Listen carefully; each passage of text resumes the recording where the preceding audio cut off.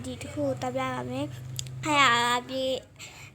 တော့ဆောက်လိုက်ရတယ်ပေါ့နော်တစ်ခေါက်ဆောက်တော့ပေါ့နော်အဲ့ဒါ ID မစေးလိုက်ရဘူးပေါ့နော်အခု ID စေးလိုက်ပါပြီအဲ့ဒါတော့ခတ်တယ်ပေါ့နော်ဆောက်ရတာပေါ့နော်အဲ့တော့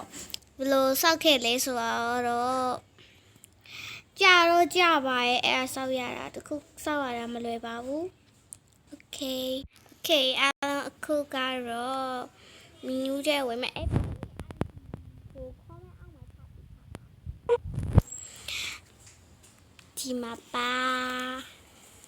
ရပ်ပြင်မယ်နော်ခဏလေးပါ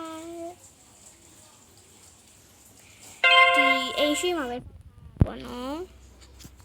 တဲ့နေဒီမှာပါတဲ့နေအဲ့တော့ Roblox ခုနကဘနော်ရာရမပြီးသေးပါဘူးတင် ID လေးကတော့ချပေးပါမယ်နော်ဒါလေးကမပြီးသေးပါဘူးနော်မပြီးသေးတဲ့ပုံစံလေးပေါ့လက်ခုံလို့လည်းရပါရင်နော် Okay စမ်းခုံကြည့်နေရပေါ့နော်ဒါလေးကလက်ခုံလို့ရပါရဲ့လို့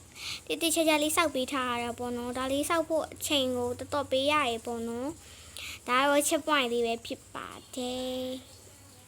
ရှမ်းကိုမိုက်ပါတယ်ကိုပါကိုပဲလာကြည့်လိုက်ကြပါနော် ID လေးကိုလည်းချပေးထားပါမယ်အခုကတော့ဆောက်လို့တော့မပြီးသေးပါဘူးလာကြည့်ချင်တယ်ဆိုရင်လည်း ID လေးကိုချပေးထားပါမယ်ဆောက်လို့တော့မပြီးသေးပါဘူးဆောက်လို့ပြီးမှပဲ